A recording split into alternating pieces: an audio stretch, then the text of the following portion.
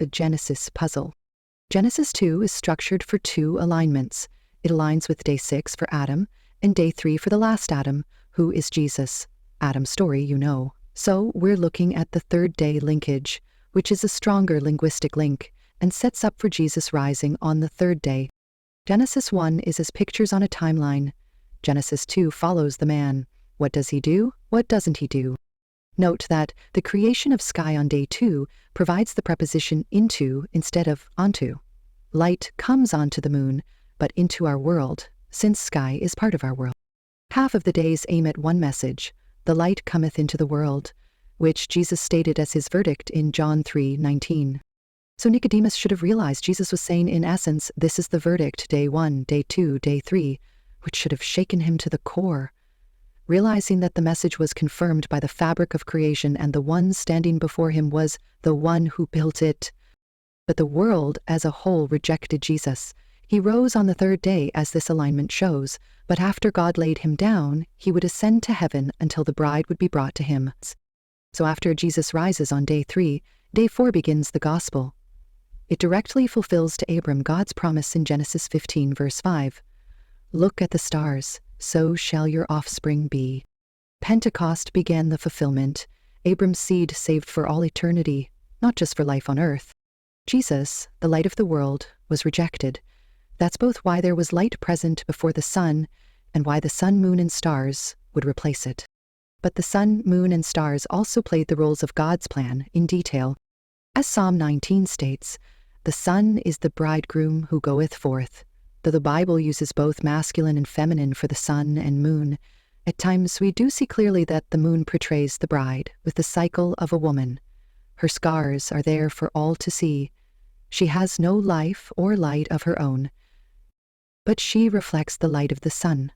That's S-O-N and S-U-N, both of whom represent the light of the world. She reflects the light of the sun into a world in darkness, to those who do not see the sun. That's why God proclaimed she would rule the night. She matches the helper in Genesis 2, where the word suitable meant same size, same height. That's why there is the repeated, spectacular alignment of the two when viewed by those on earth. When the moon aligns fully with the sun, those on earth can see clearly they are a match. They are the same size. Those on earth no longer see the sun or the moon. They see only the glory of the sun, embracing his bride. And they know that the sun and moon are seeing each other face to face. God plays this message repeatedly. Anyone who wants to may come. The door of the ark is fully open for now. But you have to be willing to come in. Some people find that too hard. Note also, that is why the moon turns blood red at the end. The moon portrays her being covered by the blood of the bridegroom when she is taken into God's presence. And the sun goes dark to the earth as the bridegroom leaves, taking his bride home. The stars fall from heaven, their power and size now as nothing. They were simply placeholders. Abraham's seed has now been gathered above. Their message, the gospel, had gone into all the earth, and so the stars fall, stating, "It is finished." But that has not happened yet. So the door is still open. Fish and birds on day 5 portray born of water, born of spirit. The Hebrew word for spirit can mean breath, wind, air. This is the time of the called out ones. Anyone who wants to may join. Day 6 is the marriage, the revealing, the return. When we read Genesis chapter 2, we don't learn till late in the chapter that the assignment included bringing forth the bride. Or was that really the plan all along? Somehow, the concept of a crop, mentioned first in the chapter, is linked to this bringing forth of the bride. Crop implies many. Bride implies one. How about that? This hints at the verse, may they be one as we are one. And so in the drama of Genesis 2, we learn that the servant allows for the outpouring, which produces the crop, which becomes the bride.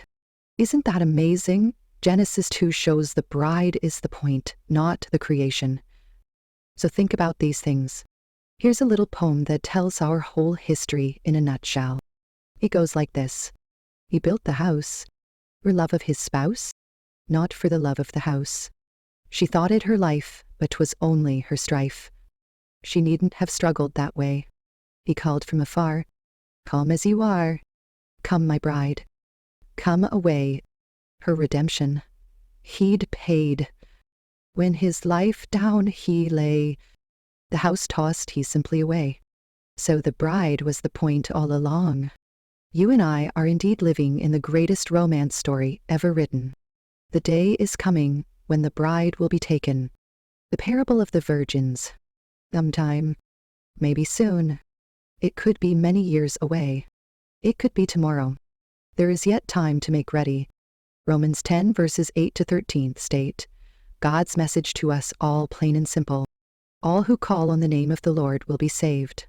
And that's exactly why it's called the good news.